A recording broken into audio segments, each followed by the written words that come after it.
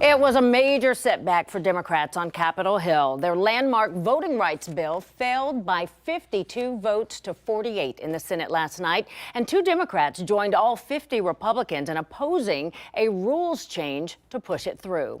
Thanks for joining us at 5:30, everybody. I'm Yolanda Harris. And I'm Andrew Kinsey. This legislation has been front and center in a national conversation for weeks, but not everyone really understands what was in it. Tonight, 10 TV's Brittany Bailey breaking down the details for us, and some help from some experts tonight, Brittany. That's right, Andrew and Yolanda, you may be thinking, didn't we solve these voting rights issues back in the 60s? Well, things have changed. Experts from 2 nonpartisan nonprofits say recent Supreme Court rulings weakened the Voting Rights Act of 1965, and the big lie that the 2020 election was rigged, that all got us to where we are today. Both the people who are pushing back against those restrictions and the people who are pushing those restrictions, both corners, voting rights has really become sort of a top priority. That top priority came to a head in the Senate Wednesday night.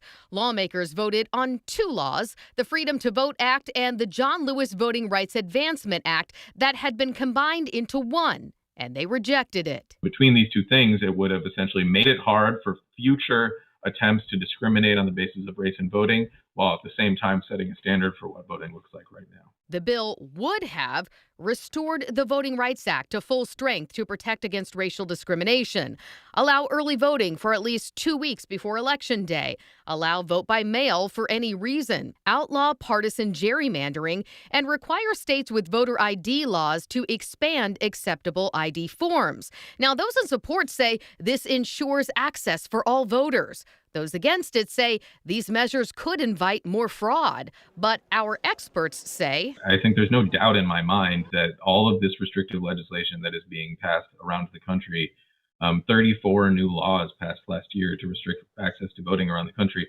that those are addressing, those are solutions to problems that don't exist. The worry that they have, oh, things aren't safe or things are not secure.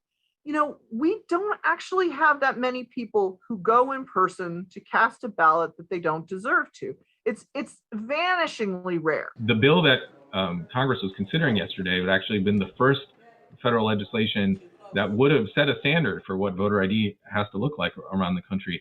It was not, as some said, banning voter ID by any means. It was actually the first time Congress would have legislated around voter ID.